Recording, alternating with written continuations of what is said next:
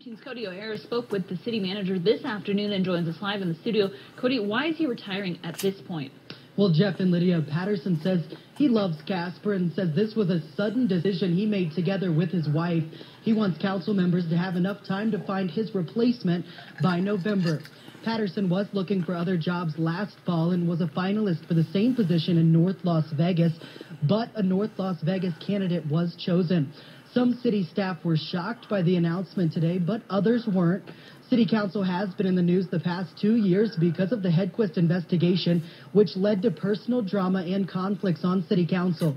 Former Mayor Paul Myers says it's the type of drama that really wears on you, and he thinks it took a toll on Patterson.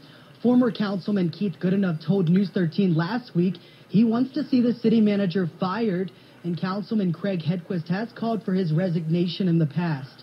Councilwoman Kaneen Schlager, who has been a supporter of the city manager, says he has done exactly what they hired him to do, which was manage the city. Patterson says he isn't done with public service. He says he won't be a city manager, but will run for an elected office. Speaking exclusively to News 13's Cody O'Hara after Tuesday night's incident at City Hall where John Patterson's wife claims she was assaulted. Myers says this isn't about money or the issues, which have a small group of vocal citizens wanting city manager John Patterson to be fired. It's because he is Mormon.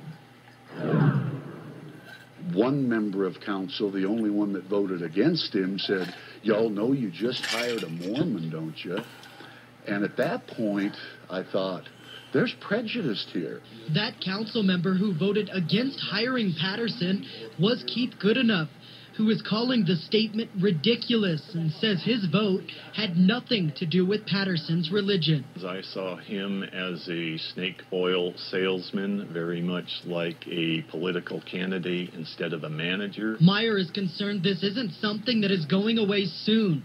Schlager, who says she is in it for the long haul, doesn't know what it will take for the conflict to end. In politics, it's sure easy to just sit back and blow on the embers and see if you can start a big fire than to actually address the problems and make them better. We all just need to call a truce and say we're done, and let's focus on the good. And I'm tired of being sucked into the bad. Meyer thinks the attacks have become more personal since the Hedquist investigation started 2 years ago. He says it created a rift between city council members.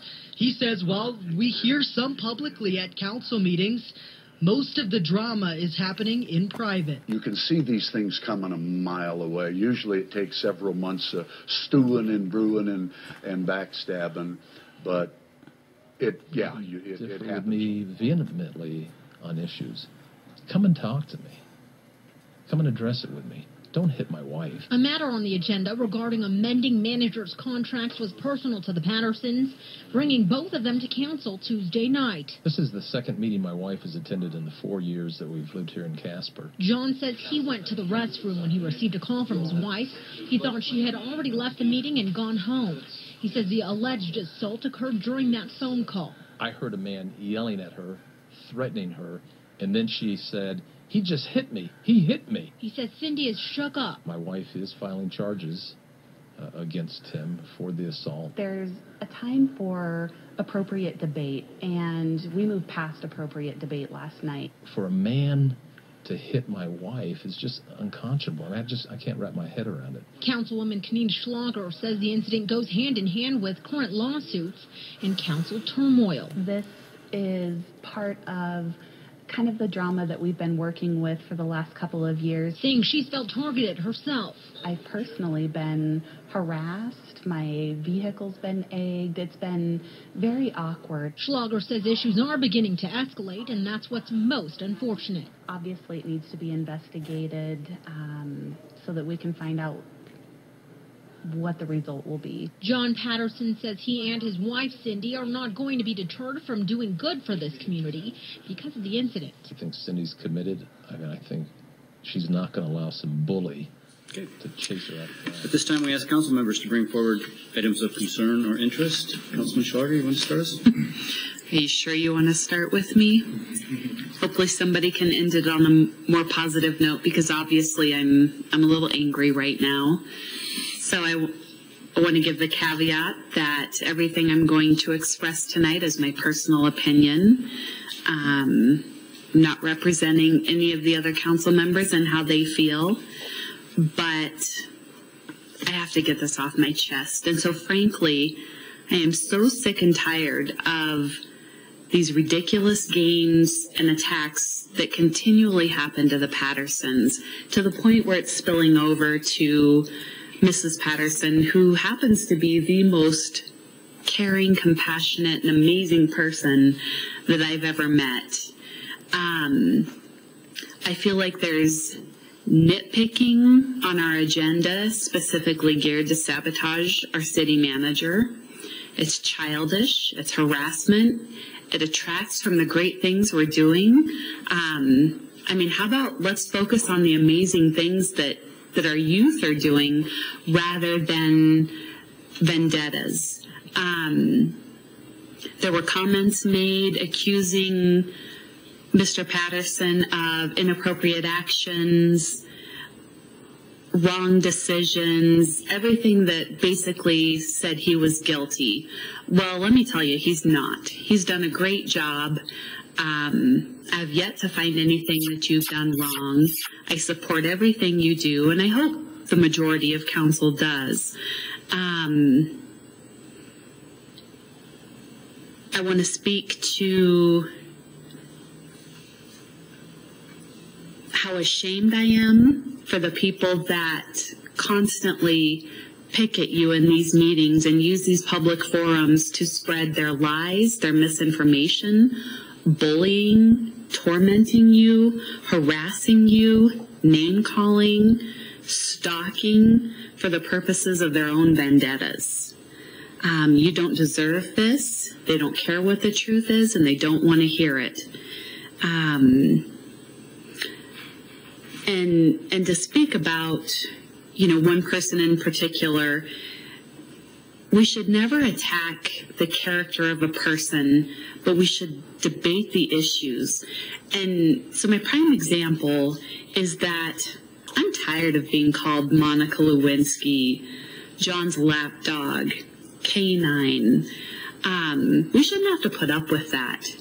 You do a fabulous job, and I think that it's really upon us to support you for what you've done.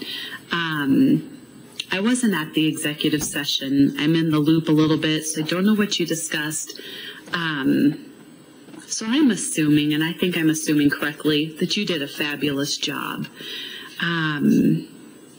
So I'm sick and tired of the ridiculous attacks that continue to plague us in our meetings. It takes away from all the good things that we're trying to do, and the people that are doing this should be ashamed of themselves. It's nothing more than bullying and inappropriate information. I mean, I just feel like there's this mission out there of 4 or 5 people that don't care what you do right. They just want to try to find things that you may have done wrong, which I don't believe that you have. So to continue to beat this dead horse, these people need to move on. We have city business to do. This is an amazing city, and I don't know why every meeting we have to deal with this kind of crazy, I don't have a nice word to say, so I'll just stop there. Cindy, I hope you press charges, because nobody should be treated like that.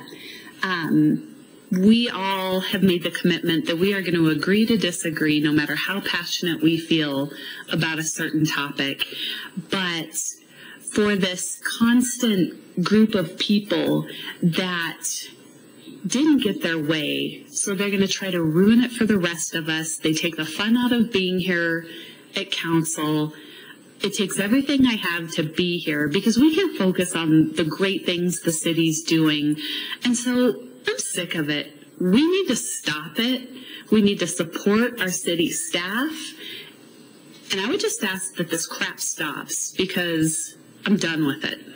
I and my wife had not merely supported in her rise to council membership, but had also financed almost single-handedly in her first public campaigns for office. She had every reason to know that it was poor Sam who had said not a word at the council meeting or at any previous council proceedings. The provocation of a criminal proceeding resulted in the visit to my property of the sheriff at 11 p.m. to investigate the claimed assault, which was so well bruited about in the council, I'm not even counting the harassing phone calls claiming that Wiseman had knocked down an old lady. The following morning, obliged to hire counsel, my counsel informed me that I would likely be arrested either that day or the next. And having lived in Casper for the past 24 years, my wife and I had to seriously contemplate moving out of Wyoming. Not having the luxury of an indemnification, I pay my own legal bills and expenses. Apology is due from the council to me. I thank you for the time that you've allotted to me, and I hope I have made myself clear. Questions for Mr. Wiseman? Your Honor. Mr. Hedquist. Councilman Hedquist. I'm going to apologize to you for, if anybody should understand how this operates, it's me. I had a very similar situation, and that situation I believe is going to continue and be carried out later in this meeting. So I understand full-heartedly how that works. And so I won't say anything against anybody else here, but I should have way known better. So I completely apologize. Thank you very much. And